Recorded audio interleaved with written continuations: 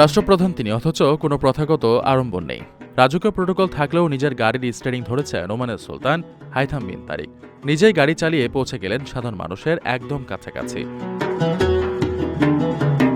বুধবার ওমানের উত্তর আল শারকিয়ায় এমন বিরল ও আনন্দঘন দৃশ্যের সাক্ষী হয়েছেন স্থানীয় বাসিন্দারা। দেশব্যাপী সফরের অংশ হিসেবে এদিন আল শারকিয়ায় পৌঁছালে তাকে উষ্ণ অভ্যর্থনা জানান স্থানীয় নাগরিক ও কর্মকর্তারা।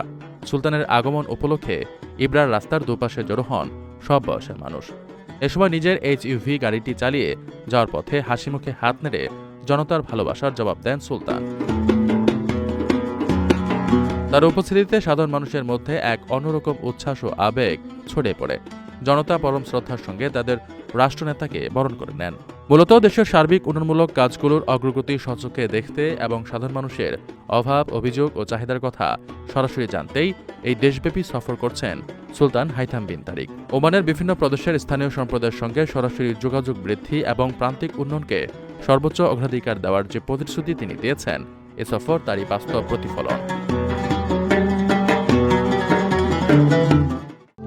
প্রবাসীদের জন্য নির্মাণ হচ্ছে দেশের প্রথম স্মার্ট সিটি, যেখানে থাকছে স্কুল, মসজিদ, হাসপাতাল, সুইমিং পুল, হেলিপ্যাড, পাঠাগার, জিম, সুপারমার্কেট, শিশু পার্ক সহ সকল নাগরিক সুবিধা।